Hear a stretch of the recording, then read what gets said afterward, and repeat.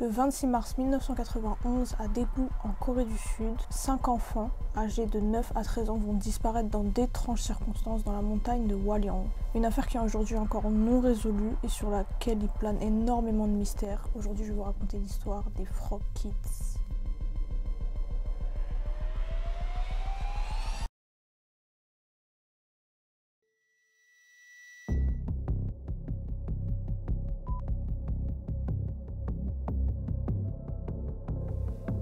Tout commence le 26 mars 1991 et il faut savoir qu'en ce jour de 26 mars, c'était les premières élections locales de Daegu et à l'occasion, la municipalité a décidé d'en faire un jour férié.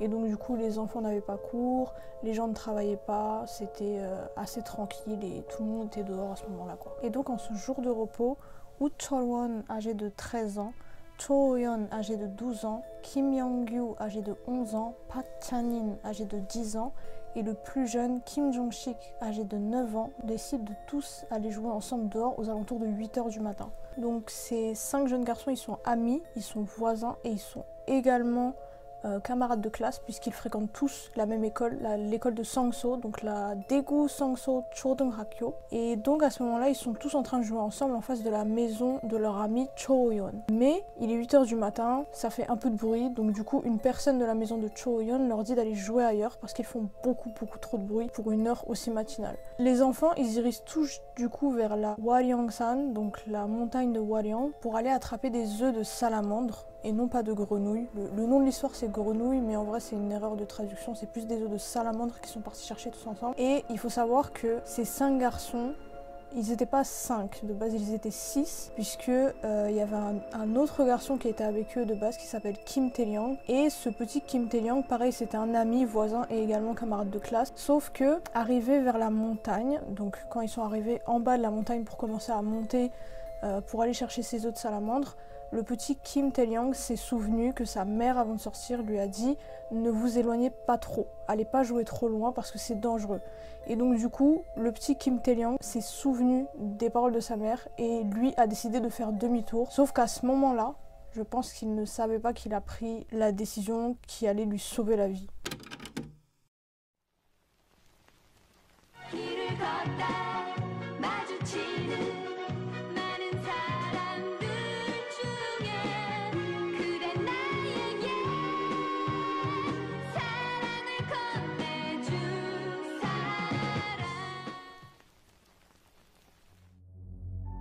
Pour le contexte, la Corée du Sud, elle a connu au début des années 90 un bond au niveau des meurtres. À cette époque, la Corée manquait encore de budget, de sciences et de gens, on va dire, compétents pour régler les affaires criminelles. C'est un constat que j'ai fait parce que je me suis renseignée sur beaucoup d'affaires, c'est que dans les années 90, la Corée du Sud, comme sa police manquait de moyens, et ben c'était un petit peu, toute affaire de crime était un petit peu l'affaire du peuple. C'est que très souvent en fait les affaires elles devenaient publiques très vite. Par manque de pistes en fait les citoyens même ils devenaient tous des mini-enquêteurs. Il y a des photos de suspects, des avis de recherche et même des primes qui étaient partagées, collées sur les murs un peu partout.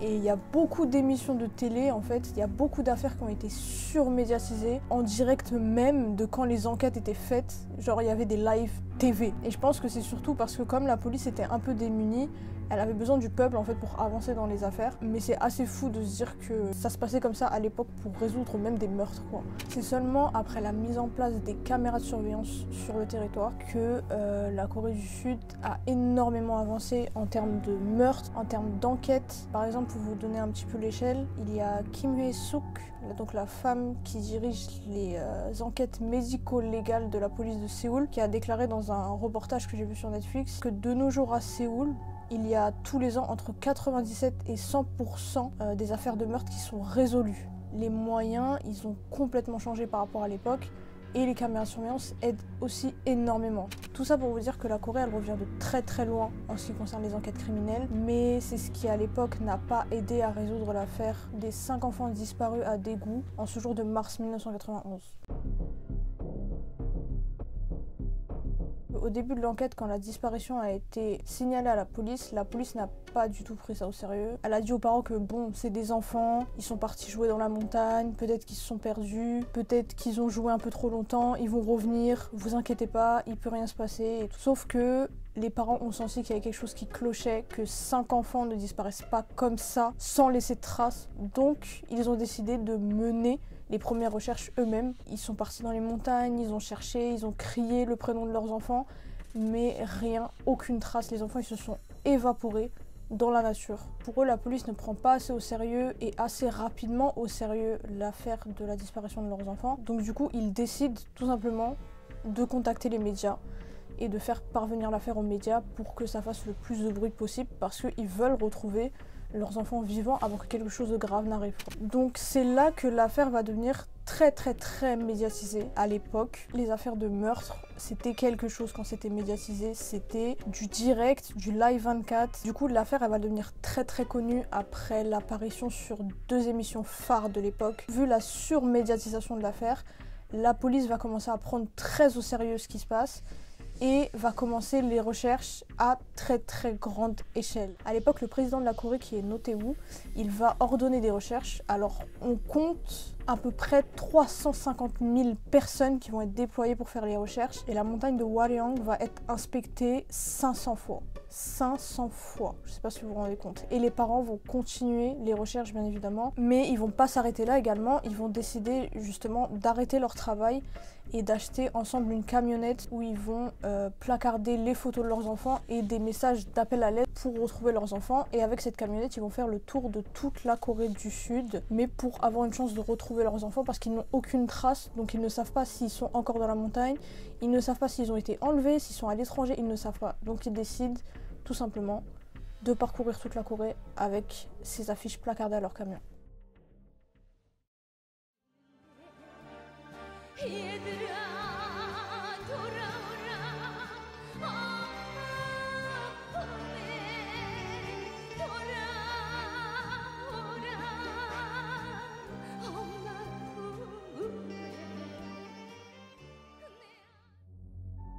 Cette surmédiatisation, elle va être à double tranchant, dans le sens où les parents vont être à leur tour accusés, tout simplement, de la disparition de leurs enfants. Ils vont déclarer dans des interviews qu'ils ont déjà été suivis par des enquêteurs privés dans tous leurs faits et gestes de la journée. Et en fait, les parents, à ce moment-là, ils ont dit être doublement meurtris parce qu'ils ont perdu leurs enfants, mais ils sont également accusés d'avoir fait disparaître leurs enfants. Durant toute la durée de l'enquête, il va y avoir énormément de fausses pistes. Mais la première fausse piste qui va être très vite mise sur le chemin des enquêteurs et des parents, ça va être un coup de téléphone le 29 mars 1991, c'est-à-dire 3 jours après la disparition des enfants.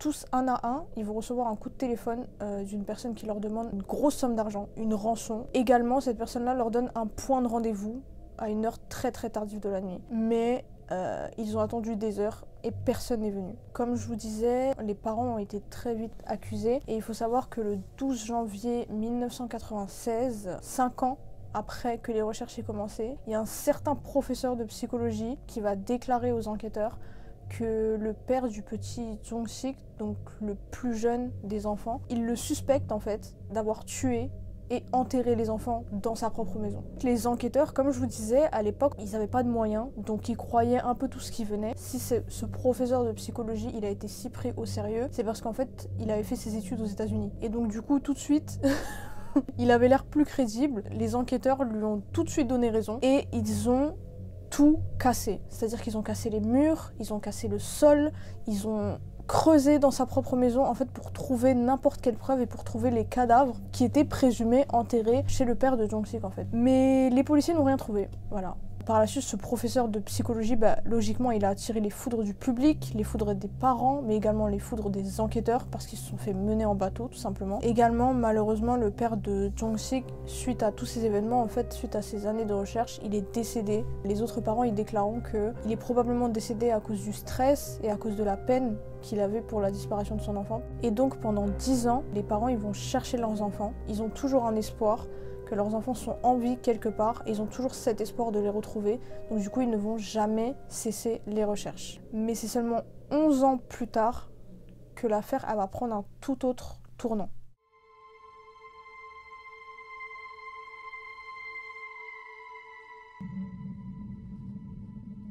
이제 철은이하고 나하고는 인연이 여기까지다. 이렇게 이제 생각을 했어요.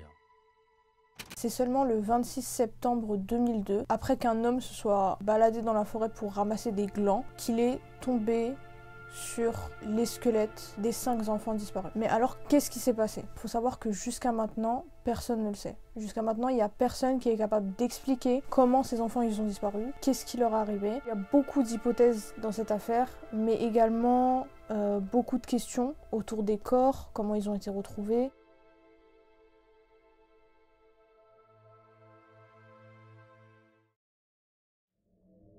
Parlons déjà de ce jour de disparition. Est-ce que le jour où les enfants ont disparu, quelqu'un a vu ou entendu quelque chose? J'ai chopé un témoignage. On a par exemple le témoignage en fait d'un habitant qui s'appelle Ham Seung-hoon et qui habitait tout près de la montagne et qui était également à l'époque à l'école avec les enfants. Et il déclare que vers 11h30 du matin, il a entendu 2 cris horribles venant de la montagne. Enfin, c'est pas le seul qui dit avoir entendu quelque chose ce jour-là et également tous vers la même heure. Donc ce qui prouve que le crime a bien été commis dans cette montagne. Maintenant, parlons des corps, comment ils ont été retrouvés, quel était l'état des corps, est-ce que les corps en disent beaucoup sur la circonstance de la mort des enfants.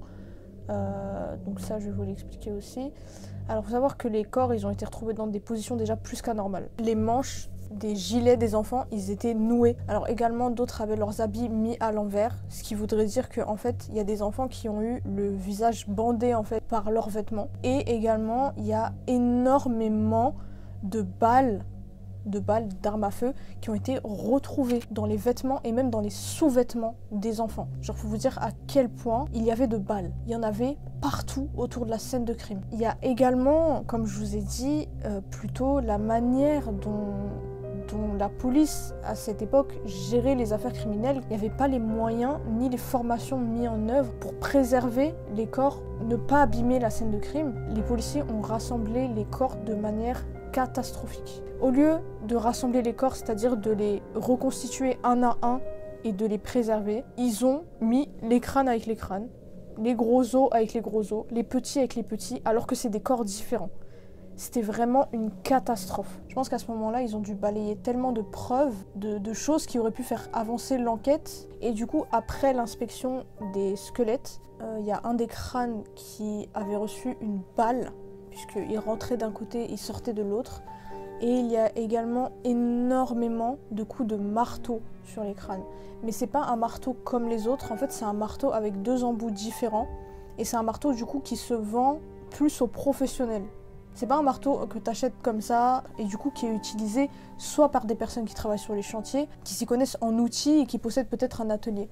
Donc du coup, à partir de là, les enquêteurs ils se sont dit que peut-être c'était quelqu'un qui travaillait sur un chantier ou quelqu'un qui justement avait beaucoup d'outils et qui vivait à proximité, qui avait commis ce crime. Il y a, on va dire, 3 grosses hypothèses qui ont été faites au sujet du meurtre des 5 enfants. Première hypothèse, et c'est celle dont les parents sont la plus convaincus, c'est l'hypothèse de la base militaire. À peine 200 mètres de la scène du crime, il y a une base militaire. Mais c'est pas une base militaire, juste une base militaire, c'est un champ de tir militaire. Donc sachant que certaines armes, elles pouvaient tirer à plus de 2 km de distance, les enfants auraient pu être largement touchés par les armes qui se trouvaient sur la base militaire. Vu comment leurs vêtements ont été serrés, vu les circonstances de la mort, ça veut dire qu'ils ont eu affaire directement à des personnes qui leur voulaient du mal, ou une personne. Je me mets à la place d'un enfant, je vois un militaire. Militaire, c'est quand même une personne qui incarne le respect, qui incarne, on va dire, la sécurité. Donc on se sent pas forcément en danger, donc on peut se faire facilement manipuler. Je sais pas si vous voyez ce que je veux dire, parce que tuer 5 enfants au même endroit, vous-même vous vous dites mais comment 5 enfants ils peuvent être tenus au même endroit et être tués tous à la fois en même temps? Ça veut dire que les enfants se sont sentis en confiance. Donc je pense que la piste des militaires, elle est vraiment plausible. Mais il faut savoir que l'enquête de la base militaire a pratiquement été impossible, puisque comme c'est une base militaire et que du coup ça appartient à l'État,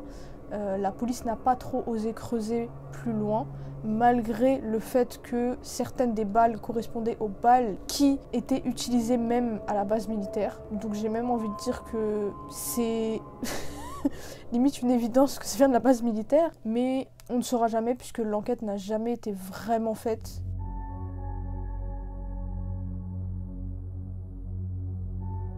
Il y a une autre hypothèse qui dit également que c'est peut-être un enseignant de l'école des enfants qui a fait ce meurtre. Comme je vous l'ai dit, comment des enfants, 5 enfants, se seraient tous laissés tuer un à un sans bouger. Donc ça prouve qu'ils avaient en face d'eux quelqu'un de confiance. La piste du professeur, c'est parce que ce professeur-là des écoles, il maniait souvent des outils. Et comme je l'ai dit plus tôt, l'outil qui a été utilisé pour taper le crâne des enfants était un outil spécial. Il faut savoir que l'école n'est pas très loin de l'endroit où les enfants ont été retrouvés. Et également, ce professeur, quelques temps après l'incident, a déménagé. Et je vous avoue que j'ai pas trop trouvé d'autres infos à ce sujet. L'enquête n'a pas été poursuivie du coup pour cette piste-là.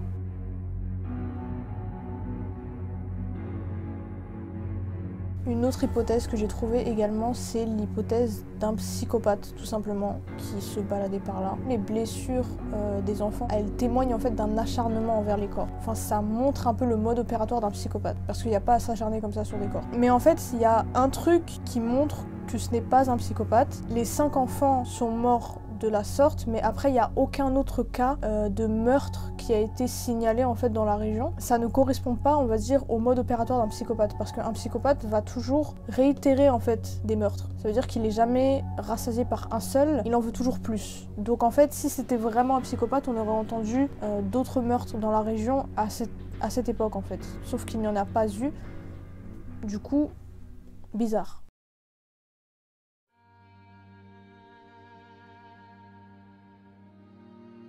Donc la conclusion de cette affaire, c'est que finalement en 2004, après que les corps aient été étudiés pendant quelques années, les corps des enfants ils ont été honorés et leurs cendres ont été dispersées dans la rivière de Nakdong et les parents ont tenu à disperser leurs cendres dans la rivière de Nakdong pour qu'elles rejoignent l'océan Pacifique. Et il y a même un des parents qui a dit que comme ils sont morts ensemble, ils aimeraient qu'ils aillent jouer ensemble du coup et dans leur vie d'après.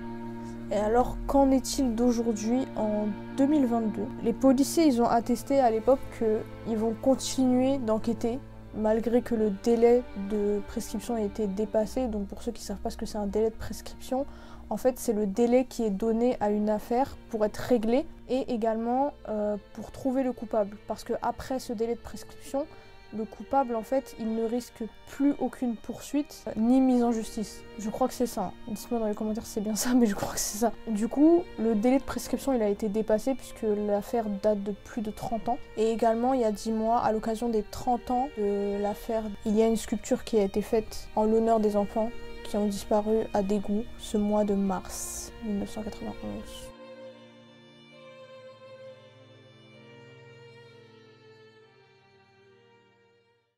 Donc voilà, c'est la fin de la vidéo. C'est ma première vidéo meurtre, j'espère qu'elle vous aura plu. J'ai décidé de parler de cette histoire en premier parce que c'est une histoire déjà qui m'a beaucoup touchée. Et c'est une histoire également qui est énormément documentée. Il n'y a pas beaucoup de sources en français, du coup je trouvais ça sympa de vous la raconter. Mais je vais tout vous mettre en barre d'infos parce que l'histoire est super intéressante et comme je vous l'ai dit, très bien documentée parce que c'était dans quand même les années 90. Je pense que je vais vous mettre un petit lien Utip parce que je sais pas si cette vidéo va être monétisée. Et n'hésitez pas à aller regarder pour soutenir mon travail. N'hésitez pas à me dire également vous, qu'est-ce que vous pensez de cette histoire et quelle est votre hypothèse. Mais j'espère sincèrement que ce format vous aura plu sur ma chaîne. On se dit à la prochaine pour une nouvelle vidéo.